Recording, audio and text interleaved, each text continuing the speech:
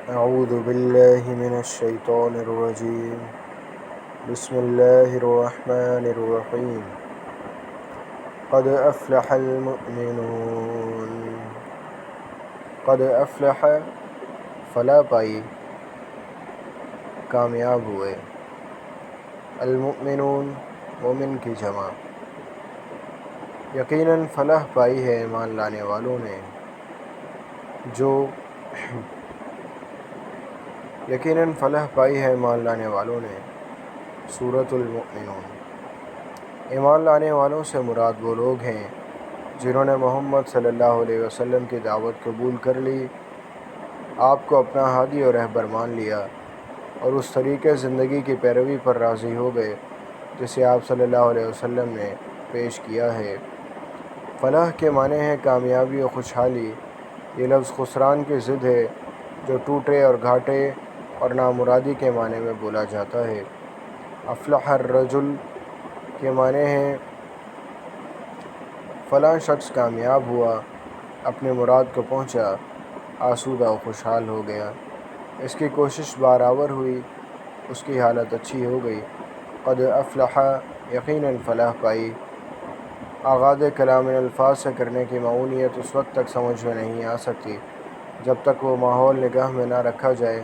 جس میں تقریر کی جا رہی تھی۔ اس وقت ایک طرف دعوت اسلامی کے مخالف سرداران مکہ تھے جن کی تجارتیں چمک رہی تھیں، جن کے پاس دولت کی ریل پھیل تھی، جن کو دنیاوی خوشحالی کے سارے لوازم میسر تھے، اور دوسری طرف دعوت اسلامی کے پیرو تھے جن میں سے اکثر تو پہلے ہی غریب اور خستہ حال تھے، اور بعض جو اچھے کھاتے پیتے گھرانوں سے تعلق رکھتے تھے یا اپنے کاروبار میں پہلے کامیاب تھے، ان کو بھی اب قوم کی مخالفت نے بدحال کر دیا تھا۔ اس صورتحال میں جب تقریر کا آغاز اس فقرے سے کیا گیا کہ یقیناً فلاح پائی ہے ایمان لانے والوں نے، تو اس سے خود بخود یہ مطلب نکلا کہ تمہارا معیار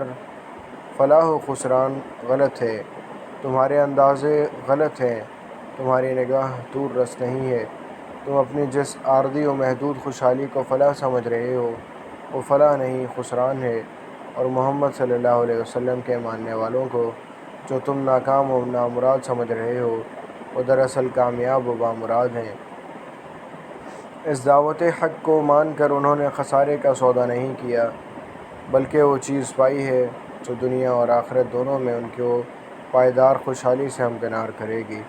اور اسے رد کر کے دراصل خسارے کا سودا تم نے کیا ہے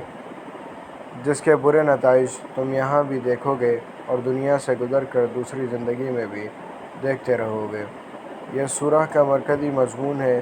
اور ساری تقریر اول سے آخر تک اسی مدعا کو ذہن نشین کرنے کے لیے کی گئی ہے۔ یقیناً فلاح پائی ہے ایمان لانے والوں نے۔